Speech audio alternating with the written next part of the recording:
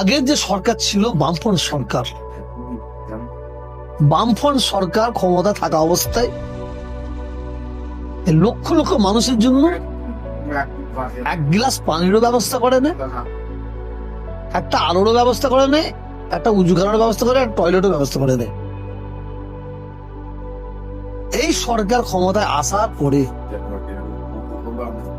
যতটা আমাদের দরকার ততটা না করলেও অনেক করেছে।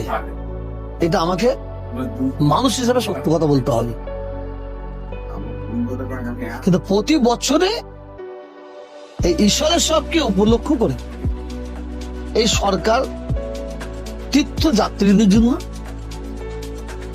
বিভিন্ন কাজ করে থাকে। আলো, অস্থায়ী বাথরুম, অস্থায়ী উজুখানা, অস্থায়ী লাইট, বিভিন্ন কাজ করে থাকে। কিন্তু দুঃখের বিষয়, আজকে 27 তারিখ আজ পর্যন্ত ঈশ্বর সাহেব উপলক্ষ করে সরকারের তরফ থেকে একটাও কাজ হয়নি, একটা কাজ হয়নি, একটা সাবমার্সাল কিন্তু বসে নেই। আমি যেটা উপর মহলতে খবর পেয়েছি, এবছরে এই রাজ্য সরকার ফুরফুরা শরীফে ঈশ্বর সাহেবকে উপলক্ষ করে 2,44,00,000 টাকা অনুদান দিয়েছে। 2,44,00,000 টাকা। আজকে 27 তারিখ, আর আমাদের ঈশ্বর সাহেব হচ্ছে ইংরাজি 6-7-8। 2,46,00,000 টাকার মধ্যে 46,000 টাকার এখনো কোনো কাজ হয়নি। আর এই ফুরফুরা শরীফে ঈশ্বর সাহেবকে নিয়ে একটা অবজ্ঞার চোখে দেখা হয় বলে আমি মনে করি। গঙ্গাসাগর মেলা, গঙ্গাসাগর মেলায় খুব জোর যদি ধরেন, আপনি খুব জোর যদি ধরেন 4 লাখের বেশি লোক হতে পারে না। কারণ আমি 2 বার গঙ্গাসাগর মেলায় গিয়েছিলাম। তো এবারে গঙ্গাসাগর মেলার জন্য এই সরকার 240 কোটি টাকা অনুদান দিয়েছে। 240, 4 লক্ষ 5 লক্ষ মানুষের জন্য। আর এই ফুরফুরা শরীফে 3 দিনে খুব কম করে 30 লাখ লোক হয়, তাদের জন্য 2,44,00,000 টাকা দেওয়া হয়েছে। কিন্তু 44,000 টাকা এখনো কাজ হয় না 27 তারিখ আজকে। এবং যারা দায়িত্ব নিয়ে কাজ করে প্রতি বছরে, আলো বলুন, টয়লেট বলুন, উজুখানা বলুন, যে বিভিন্ন কাজ করে, কিন্তু তারা কাজ করতে চাইছে না। তারা কাজ করতে চাইছে না, ফুরফুরা শরীফে কাজ করতে চাইছে না। কারণটা হচ্ছে যারা পায়, কি বলা হয়, টেন্ডার পায়, তাদের একটাই কথা যে 4 বছর আগে কাজ করেছে, 3 বছর আগে কাজ করেছে, 2 বছর আগে কাজ করেছে, 1 বছর আগে কাজ করেছে, তাদের অনেক টাকা পয়সা কিছু দেওয়া হয় না। সেই কারণে ফুরফুরা শরীফে যারা টেন্ডার নেয় তার টেন্ডার নিতে চায় না, এবং তারা কাজও করতে চাইছে না। আর বিশেষ করে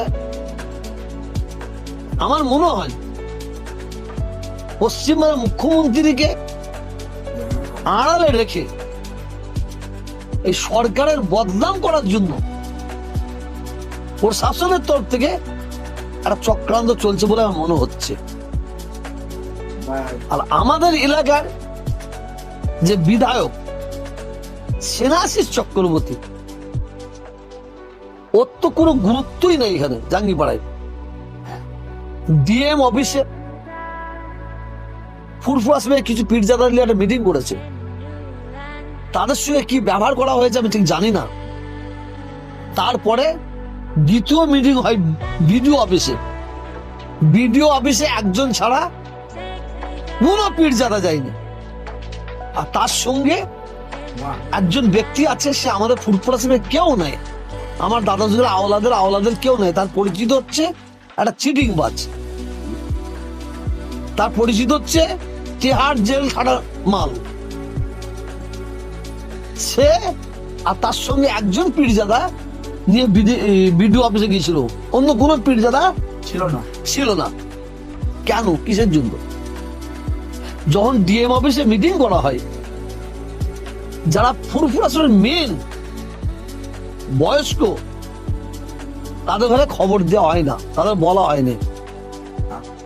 পীর ওমর সিদ্দিকী, পীর ইসমাইল সিদ্দিকী, পীর ইব্রাহিম সিদ্দিকী, পীর ইউসুফ সিদ্দিকী, পীর হোসেন সিদ্দিকী, পীর আজগার সিদ্দিকী, পীর হাসান সিদ্দিকী, পীর শেখবাতুল্লাহ সিদ্দিকী, কাউকে একবার জানানো হয় না, অ্যাভয়েড করা হয়েছে।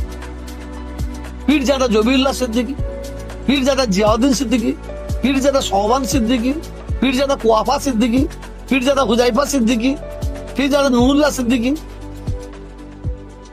আরো অন্য কাউকে বলা হয় না। একাধিক পীরজাদাদের কাউকে না বলে এসডিও, এই ঈশ্বর সাহেবকে নিয়ে এসডিও একটা চক্রান্ত করছে বলে আমাদের কানে আসছে। কারণ এসডিও উনি ওনার মতন কাজ করে যাচ্ছে, উনি কাউকে গুরুত্বই দিচ্ছে না, কাউকে গুরুত্ব দিচ্ছে না। শুধু একজন যে আমায় বলেছিল যে তৃণমূল খেয়ে খেয়ে আমার জিম মোটা হয়ে গেছে, তাকে গুরুত্ব দিচ্ছে। এইচডিও ছিল তার খুব মাখামাখি। এইচডিও সাহেবকে আমি বলছি, এইচডিও সাহেব আপনি শুনে রেখে দেন, ফুরফুরা শরীফের তীর্থযাত্রীদের মধ্যে যদি কোনো অসুবিধা হয়, কোনো অঘটন ঘটে, এর জন্য মূল দায়ী থাকবে এসডিও, মূল দায়ী থাকবে।